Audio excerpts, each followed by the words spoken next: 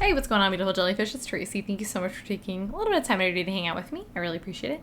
In today's video, I'm going to be talking about my best and worst deals, part 3.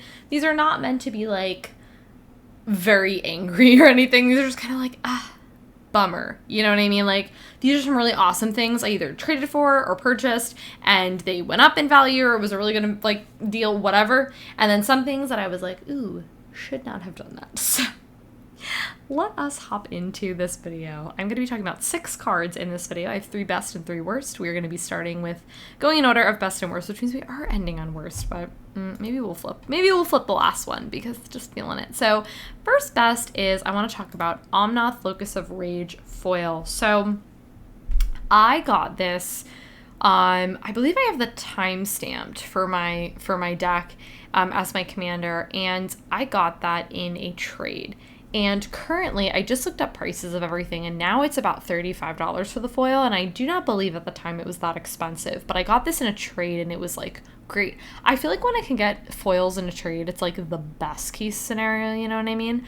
And so that was a really exciting thing, and I was very, very happy about that. So, yes, got the Omnath, and still sits very happily as my commander in that deck, which is very exciting. So very excited about that. The worst, gosh, okay. I feel like I'm gonna get like a lot of like, I cannot believe you did that, and girl, same. Okay. Phyrexian altar.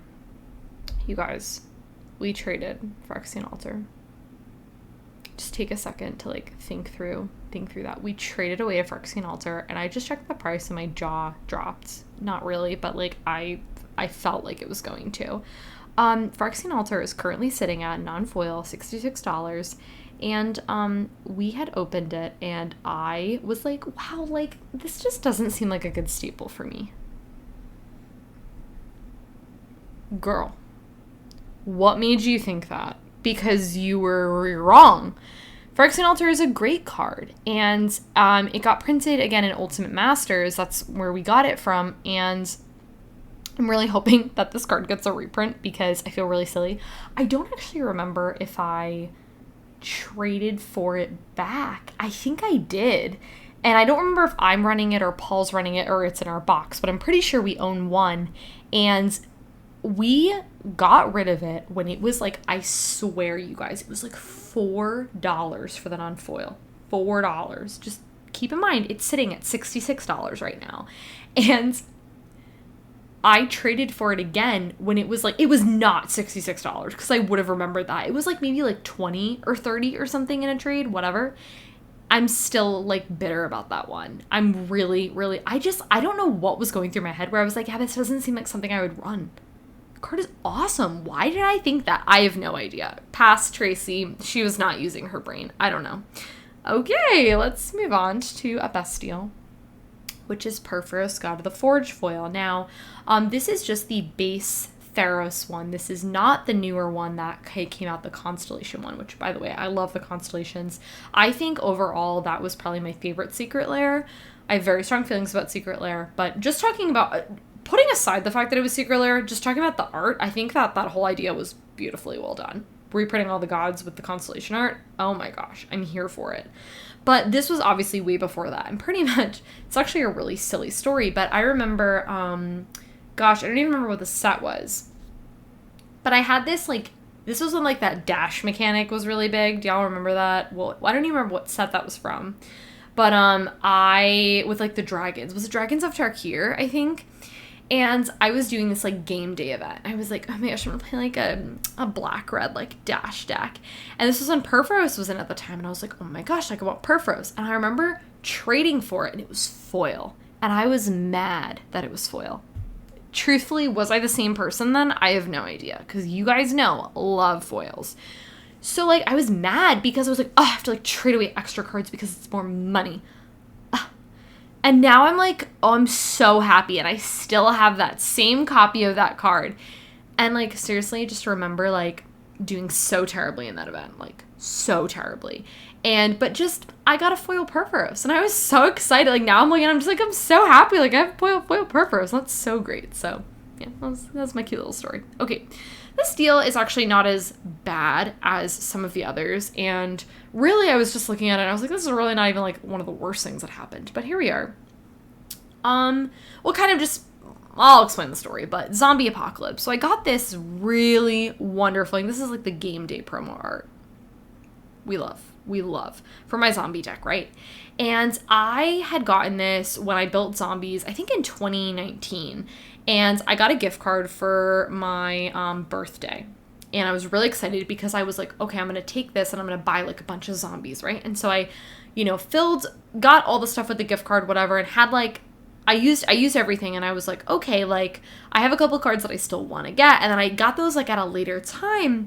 But Zombie Apocalypse, I think I got for like 20 or 25, and I checked prices like randomly. I just checked this price like a couple of months ago, and it was like $5 for the foil, and I was just mad. Like, not like really mad, but I was like annoyed. I was like, bummer. Like, I could have gotten that card for like $5, but I was like, it was just such a like one of those cards that I think just not a lot of people know that this like game day promo exists, and also like how many people out there really running a zombie tribal deck that like run this card, you know what I mean? So it's just kind of like all the stars are aligning for like the amount of people who are running a card like this. It's not really a big thing. So I was like, maybe just like, I don't know why the card dropped. I don't understand. But I was like, could have owned that card for $5 and could have gotten more foil zombies. But here we are. It's okay. It's fine. Okay.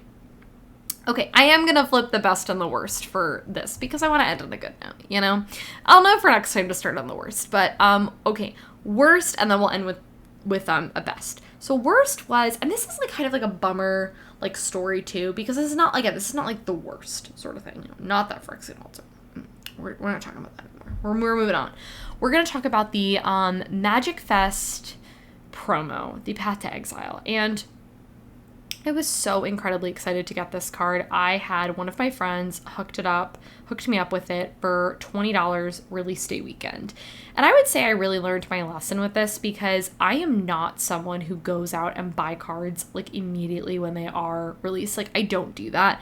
If it's like the set just drops and I'm like excited for a card, I will wait for it to drop because that's usually what prices will do for the most part with like cards that I want. And I did not do that for this. I was just so excited to own this card. And I think the biggest bummer with that is I got that for 20, but the card now is like 8 in foil, which is like a $12 difference, which is not the end of the world, but I was just like, I could have waited, and like, especially with what 2020 and the fact that I haven't played Magic with my friends in a very long time, I just like could have waited. Do you know what I mean? Like, I didn't need to get that card, but I have it. Here we are. So, yeah. Okay, let's end with the best, which will be the extended border fetchlands, the newer ones that came out in the summer. And when these got like leaked, spoils, whatever, I was so incredibly excited. And one thing that I thought was really cool about this was the fact that there was many versions of the cards. There was like the foil etch, the non-foil, the pack foil, like there were so many options.